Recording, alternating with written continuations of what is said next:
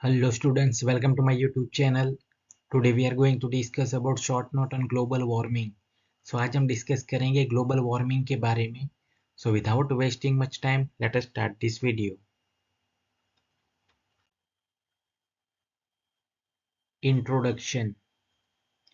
It is the term used to describe a gradual increase in the average temperature of the Earth's atmosphere and its ocean. So basically जो ये global warming है वो term क्या describe करता है कि जो भी हमारा अर्थ है उसका एटमॉस्फेयर एंड जो ओशन यानी कि महासागर है उसका एवरेज टेम्परेचर यानी कि औसत तापमान जो है उसमें ग्रेजुअल इंक्रीज यानी कि क्रमिक वृद्धि होती है जिसको ये हम बोलेंगे ग्लोबल वार्मिंग. सो यहाँ पे देखिए ये पहले इस तरह का था, राइट. उसके बाद ड्यू टू टेम्परेचर इंक्रीज की वजह से ये हुआ जिसे हम बोलेंगे global warming. The average temperature of the Earth has increased by 0.8 degrees Celsius during last century. So basically ऐसा कहा जाता है कि पिछली शताब्दी के दौरान पृथ्वी का जो औसतन तापमान है वो 0.8 डिग्री सेंटीग्रेड यानी कि सेल्सियस जितना बढ़ा है यानी कि इंक्रीज हुआ है.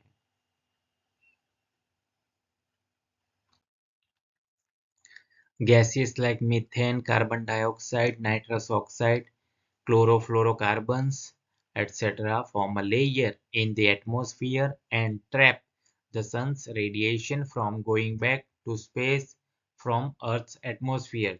So basically जो ये gases है जैसे कि मीथेन है, CO2 यानी कि carbon dioxide, nitrous oxide and CFC जिसका फुल फॉर्म है क्लोरोफ्लोरोकार्बन, जो इस तरह की जो गैसेस होती है वो एटमॉस्फेयर में एक लेयर बनाती है जिसकी वजह से क्या होता है कि जो सन्स रेडिएशन यानी कि जो सूर्य के विकिरण है उसको जो पृथ्वी के वायुमंडल से अंतरिक्ष में वापस जाने से रोकते हैं. गोइंग बैक यानी कि वापस जाने से वो क्या करते हैं, रोकते हैं, जिसकी वजह से बेसिकली क्या होता है उसका टेम्परेचर बढ़ जाता है, राइट. तो सिंपल यही याद रखना है. This makes the earth warmer resulting in increase in temperature of the earth. So इससे क्या होगा, पृथ्वी गर्म हो जाती है जिसके परिणाम स्वरूप पृथ्वी का जो तापमान है वो क्या होगा, बढ़ जाएगा.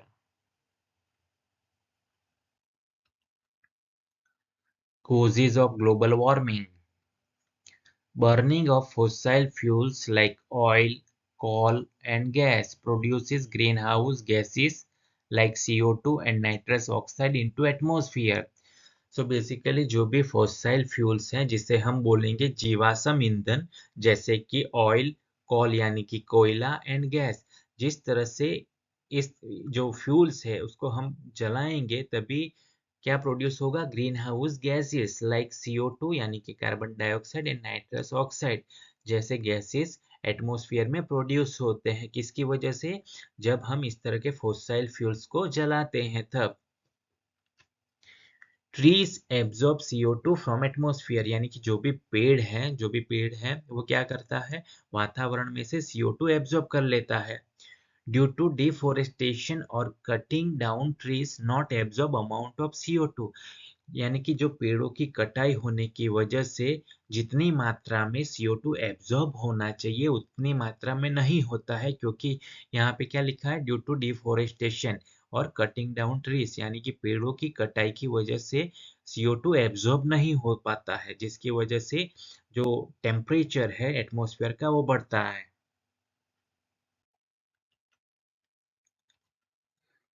Cattle and sheep produce large amount of methane while digesting the food which is released to the atmosphere.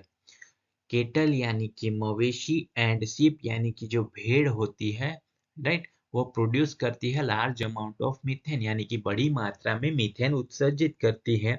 लेकिन कब, while digesting the food यानी कि भोजन पचाते समय वो large amount of methane produce करते हैं, उसके बाद उसको is release to the atmosphere यानी कि वायुमंडल में छोड़ दिया जाता है.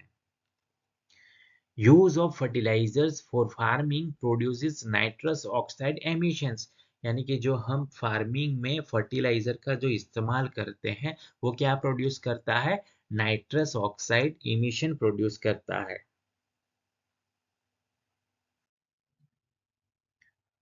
Effects of global warming. It causes melting of ice at poles, resulting in increase in sea level and floods, causing population migration near poles and islands.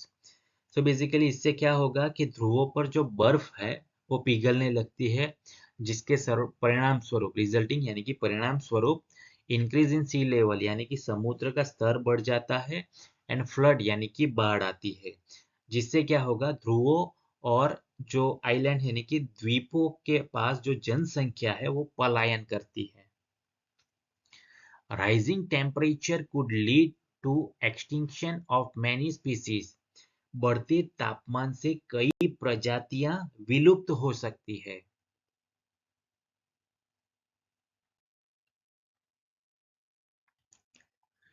Severity of storms, hurricanes, heat wave increases.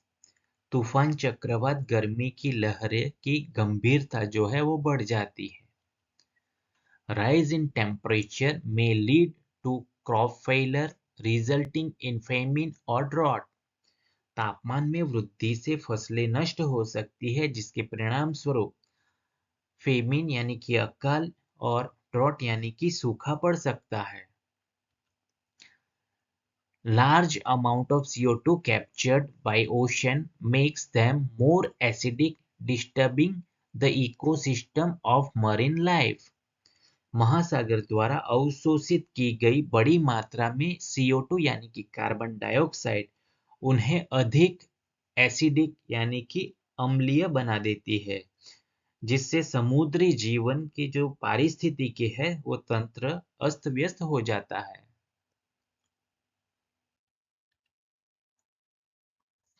Global warming prevention. Reduce consumption of fossil fuels and produce more energy from renewable sources of energy। यानी कि जो फॉसाइल fuels है यानी कि जीवाश्म ईंधन की खपत कम करे और रिन्यूएबल सोर्सेज ऑफ एनर्जी जिसे हम बोलेंगे नवीकरणीय ऊर्जा स्रोतों का अधिक ऊर्जा का उत्पादन करे। Use energy efficient systems like LED bulb. So LED bulb जैसी ऊर्जा कुशल प्रणालियों का उपयोग करें। Stop massive deforestation and plant more trees। सो बड़े पैमाने पर डिफोरेस्टेशन यानी कि जो वनों की कटाई होती है उसको स्टॉप यानी कि रोके और प्लांट मोर ट्रीज यानी कि अधिक पेड़ लगाएं।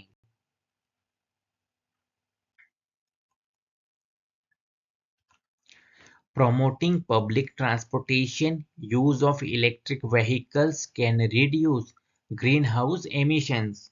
यानी कि सार्वजनिक परिवहन को बढ़ावा देकर इलेक्ट्रिक वाहनों के उपयोग से ग्रीन हाउस का जो उत्सर्जन होता है उसको कम किया जा सकता है। Designing carbon sinks to absorb carbon dioxide from atmosphere. यानी कि जो एटमॉस्फेयर में कार्बन डाइऑक्साइड होता है यानी कि जो CO2 होता है उसको एब्जॉर्ब यानी कि अवशोषित करने के लिए जो कार्बन सिंक्स होता है यानी कि कार्बन सिंक का डिजाइन तैयार किया जाना चाहिए।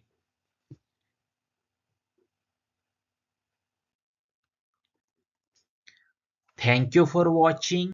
Like, comment, share and subscribe to my channel.